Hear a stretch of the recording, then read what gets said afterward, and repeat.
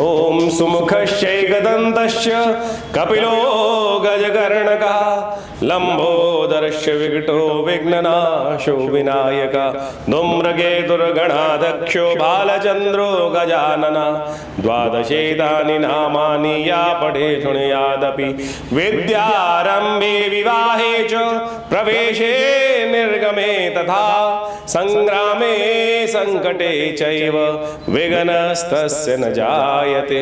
नमस्कार, मैं हूं आचार्य डॉक्टर विक्रमादित्य और आज हम उपस्थित हैं आचार्य वाणी चैनल के माध्यम से आपके समक्ष विशेष तौर पर धनु राशि वालों के लिए ग्रहों का योग क्या होने वाला, बृहस्पति का परिवर्तन क्या करने वाला है।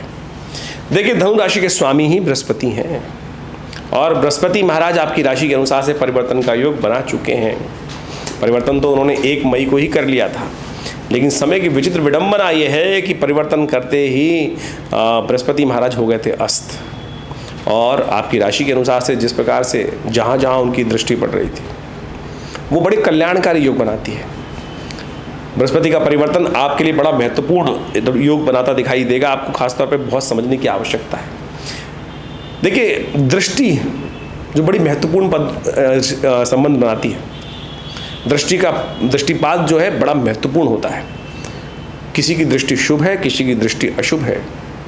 किसी की दृष्टि किस पर पड़ जाए तो जीवन में कल्याण का योग बन जाता है, किसी की दृष्टि किस पर पड़ जाए तो जीवन में समस्त परेशानी आने के योग बन जाते हैं। शनि की दृष्टि जिस पर भी पड़ी वहाँ पर घंटा ढार हो गया और बृहस्पति की दृष्टि जहाँ पड़ जाती है वो स्थान उन्नति की तरफ बढ़ जाता है। यही आपकी राशि का रहस्य है। इस वक्त धनु के स्वामी हैं बृहस्पति महाराज और धनु राशि जो है एक ऐसी राशि है जो प्रबल उत्साह वाली है। आधा घोड़ा आधा आदमी और बिल्कुल अपने निशाने पर तटस्थ, अपने कार्य के करने के लिए बिल्कुल एकाग्र चित्त होकर तैयार, निशाना लगाने के लिए। शक्ति उसके अंदर अश्व की और बुद्धि वहाँ पर इंसान की, और शक्ति जो है वो साथ साथ धनुष को लगा कर तैयार बैठे हुए ग्रह योग बन रहे हैं जो ये आपके लिए बहुत महत्वपूर्ण योग बनाते दिखाई दे रहे हैं। और ऐसे में इसका प्रभाव भी बड़ा महत्वपूर्ण आपके लिए बनने के योग बनते दिखाई दे रहे हैं। बृहस्पति महाराज परिवर्तन की तरफ जा रहे हैं। 2 जून के आसपास बृहस्पति जो है उदय होने जा रहे हैं और ये उदय हुए बृहस्पति जो है विशेष तौर पर बहुत ही आपके लिए महत्वपूर्ण योग बनाने वाले हैं। हमने बृहस्पति की दृष्टि की बात करी। ऐसे में बृहस्पति की दृष्टि 2 महत्वपूर्ण भावों में पड़ रही है और एक जहाँ बृहस्पति बैठे और एक जहाँ बृहस्पति दृष्टि पड़ रही है, वो आपको बैलेंस करने की ज़रूरत है। 50% अच्छा, 50% खराब। जी हाँ, ये स्थिति है आपकी राशि के अनुसार से। जिन फैक्टर्स को, अब बुद्धिमानी इसमें है, बृहस्पति बुद्धि के स्वामी और बृहस्पति जो बुद्धि के स्वामी है तो बुद्धिमानी किस तरह से कार्य करना है वो आपको धनु राशि वालों को समझना चाहिए। लेकिन धनु राशि वालों की एक विडंबना होती है, वो अपने से बड़ा, वैसे तो ज्ञान बहुत होता है, किसी को देने की ज़रूरत ही नहीं। धनु राशि वाले तो जन्मजात गुरु बन के उत्पन्न होते हैं। इनको किसी भी जगह बिठा दो, ये अद्भुत योग है। आप आंख बंद करके चेक कर लेना। इनका प्रभाव ऐसा है कि यदि ABCD भी नहीं जानते किसी सब्जेक्ट के बारे में और 5-10 मिनट वहाँ बैठ गए तो आप समझो पूरे चैप्टर अच्छे से वहाँ पर सामने वाले लोगों को पता लगा देंगे, बता देंगे कि भाई मैं तुमसे कम ज्ञानवान नहीं हूँ। ये बृहस्पति के धनु राशि वालों का एक गुण है ये। लेकिन अब बृहस्पति धनु राशि वालों इस बात को भी समझ लो कि यहाँ जो अत्यधिक ज्ञान कई बार होता है वो कष्ट में डाल देता है, क्योंकि ज्ञान के कारण से व्यक्ति ऐसा बन जाता है कि समझ नहीं देती है और उसके अंतर्गत लोग ही उसको पता भी नहीं चलता है। धनु राशि वालों को ये समझना चाहिए कि उनके आसपास बैठे ही लोग सामने कुछ बोलेंगे, पीछे उनकी कटाई कर देंगे और पूरी की पूरी जमीन उनके नीचे से निकल जाती है, उनको पता ही नहीं चलता। धनु राशि वालों की विचित्र विडंबना ये है। इसलिए धनु राशि वालों, ज्ञान बहुत ज़रूरी है, लेकिन उस ज्ञान को अपने लिए भी, जैसे चिराग के तले अंधेरा होता है ना, अब मैं आपको समझाने का प्रयास कर रहा हूं कि चिराग के तले अंधेरा। चिराग के तले अंधेरा का मतलब यह आप ज्ञानवान हैं लेकिन आप नीचे तो देख ही नहीं रहे, क्या नीचे वाले लोग आपकी कटाई करने, बस यही स्थिति आपके लिए बृहस्पति की राशि के अनुसार से इस वक्त बनने वाली है। इस बात को ध्यान रख लो। कारण समझ लीजिए, ज्योतिष के दृष्टिकोण से कारण समझ लीजिए। क्या कारण है कि 6ठे भाव में आपकी राशि के अनुसार से या लग्न के अनुसार से 6ठे भाव में बृहस्पति का पदार्पण हुआ 1 मई को, फिर वो अस्त हो गए और अब पूरी तरह से आने वाले 1 साल तक 6ठे भाव में ही खेल बृहस्पति करने वाले हैं। 6ठा भाव रिपु का भाव है, 6ठा भाव रोग का भाव है। आप ज्ञान दोगे सबको, खाना सही से खाना चाहिए, ठीक से ये करना चाहिए, ऐसा करना चाहिए, और खुद ही नहीं करोगे, खुद ही नहीं करोगे। हर एक को समझाने का प्रयास करोगे, देखो इस समय में सिचुएशन ऐसे कर लेना, ऐसा कर लेना, ऐसा कर लेना। You can be very good adviser. जो बेसिकली धनुराशि वाले एडवाइजर, ज्ञानवाचक इतने बढ़िया हो सकते हैं, टीचर बहुत अच्छे हो सकते हैं, लेकिन वो टीचर ऐसे होते हैं कि जो सबके लिए ज्ञानवाचक हैं, लेकिन अपने लिए उस ज्ञान का जो उपयोग है वो कई बार नहीं कर पाते। और बाई चांस गोचर के दृष्टिकोण से यही समय आपका आ गया है कि आपको उस ज्ञान की आवश्यकता अपने लिए भी पड़ने वाली है। यदि इन चीज़ों को आप सावधानी के साथ समझ लोगे तो बहुत अच्छा एक एडवाइज़र आपको चाहिए। अब एक संसार में समझ लो 3 लोग शास्त्र में बताए गए, माता पिता गुरु। गुरु तो आज बाद में हो गए हैं, गुरु तो समझ लीजिए आज की तारीख में संसार है, गुरुवाद हो गया है कि है भी गुरु के नहीं है, लेकिन माता पिता से बढ़िया तो व्यक्ति हो नहीं सकता कोई आपके लिए। तो माता पिता की जितना सेवा, जितना गुरुजन की सेवा करोगे, यही उपाय आपके लिए बहुत ज़रूरी है। अब समझ लीजिए कारण क्या है। छठे भाव में बृहस्पति का पदार्पण होगा। छठा भाव रिपु का भाव है, शत्रुओं का भाव है, या आपके जो ईर्ष्या रखने वाले उनका भाव है, कॉम्पिटिटर्स का भाव है, रोग का भाव माना जाता है। और वहाँ बृहस्पति बहेंगे, बृहस्पति जब जाएंगे उस राशि में तो क्या करेंगे, ऊर्ध्व करेंगे, बढ़ाएंगे और ज़्यादा बढ़ाएंगे। जब जब चंद्रमा यहाँ आएगा, इन गोचर में देख लीजिएगा, 1 साल में प्रभाव समझा रहे हैं, जब जब चंद्रमा यहाँ पर आएगा और ये उतनी ज़्यादा विपत्ति उत्पन्न कर देगा आपके लिए, तो ध्यान रखते हुए कार्य कीजिएगा आप। विशेष तौर पर आपका मन जितना नेगेटिव होगा उतना आपको फंसा देगा। पॉजिटिव एटीट्यूड रखने की बहुत ज़्यादा ज़रूरत है इस समय में। विशेष तौर पर यदि इस बात का ध्यान रखेंगे तो बहुत बढ़िया तरीके से आपके लिए अच्छा रहेगा। पिता की सेवा करें, माता पिता की सेवा करें, गुरुजन का आशीर्वाद दें, एडवाइस लें, उनसे पूछ के करने का प्रयास करें, उनसे बातचीत करने का प्रयास करें, उनके आशीर्वाद से जो आपके हितैषी हैं, जो कंसल्टेंट्स हैं आपके, उनका एडवाइस लेने का प्रयास करें। अब बृहस्पति की दृष्टि पड़ रही है विशेष तौर पर एक 12वें भाव पर।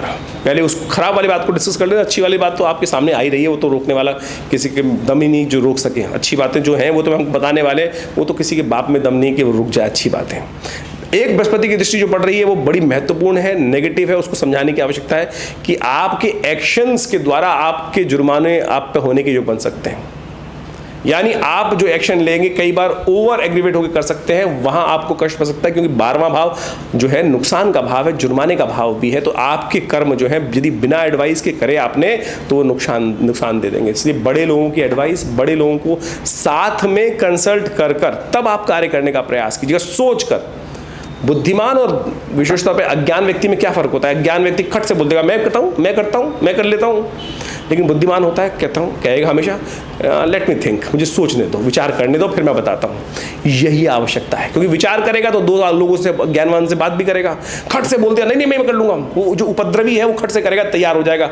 बस यही चीज़ आपको बैलेंस करने की ज़रूरत है। यही धनु राशि वालों के लिए खेल है। यदि ये आपने अच्छे समझ लिया तो बहुत बढ़िया हो जाएगा।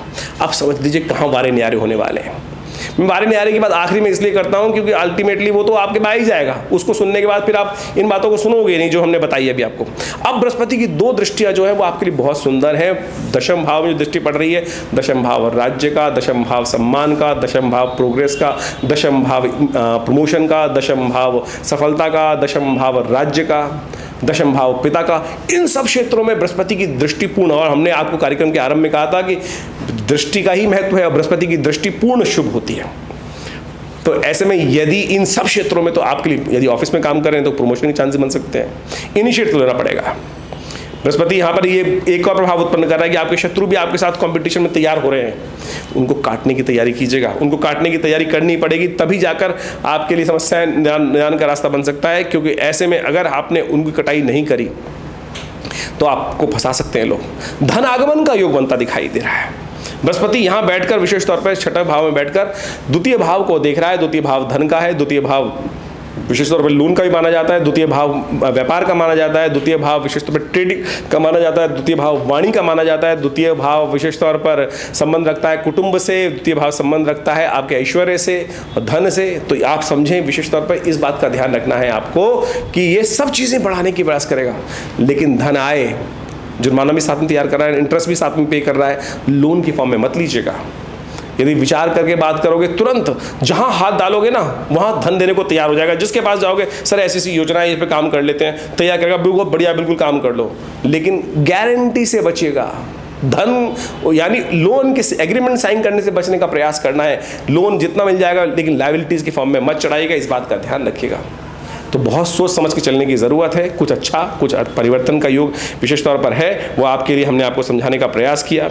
यात्राओं का ये बहुत ट्रांजिट कराएगा आपके लिए। और जब बृहस्पति वक्री हो जाएगा ना, ऐसे में देखिएगा, जब बृहस्पति वक्री होगा यहाँ पर, अक्टूबर के बाद वक्री होगा और फरवरी तक वक्री चलेगा, उन दिनों ट्रैवल्स बहुत रहेंगी, ट्रैवल्स का योग ही है। तो ऐसे में क्या देखेगा कि आपको काम खाली घूम के आने से फायदा क्या, लाल किला देखने गए, घुमाए, देखा है, उससे क्या फायदा मिलना है।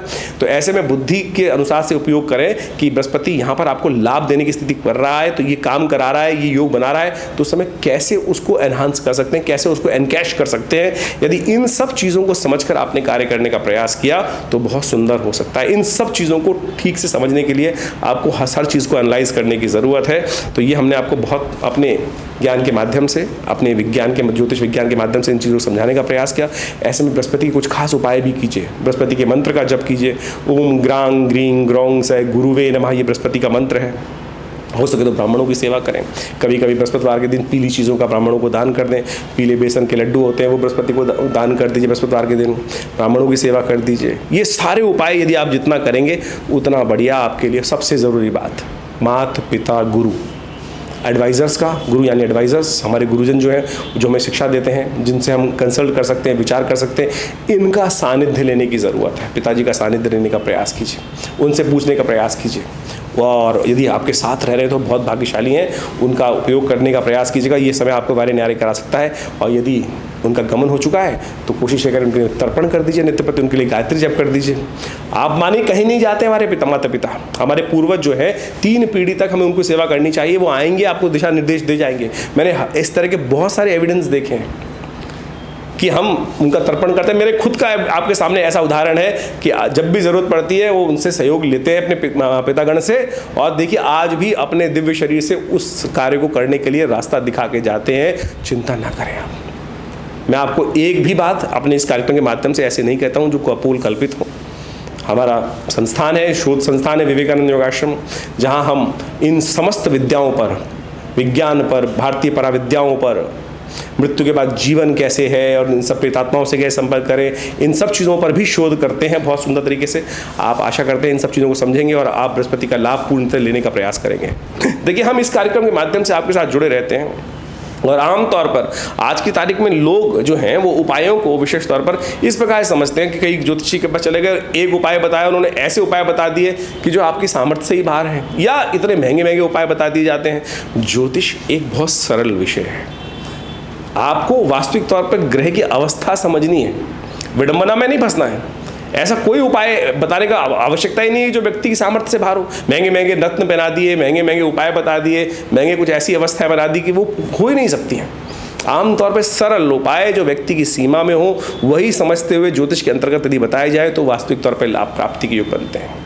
ऐसे में गोचर के दृष्टिकोण से हमने आपको बताया कि आपकी राशि के अनुसार से कई विशेष तौर पर योग भी बनते रहते हैं। उस समय में आप अच्छे से अध्ययन कर उन सब चीज़ों को करने का प्रयास करें।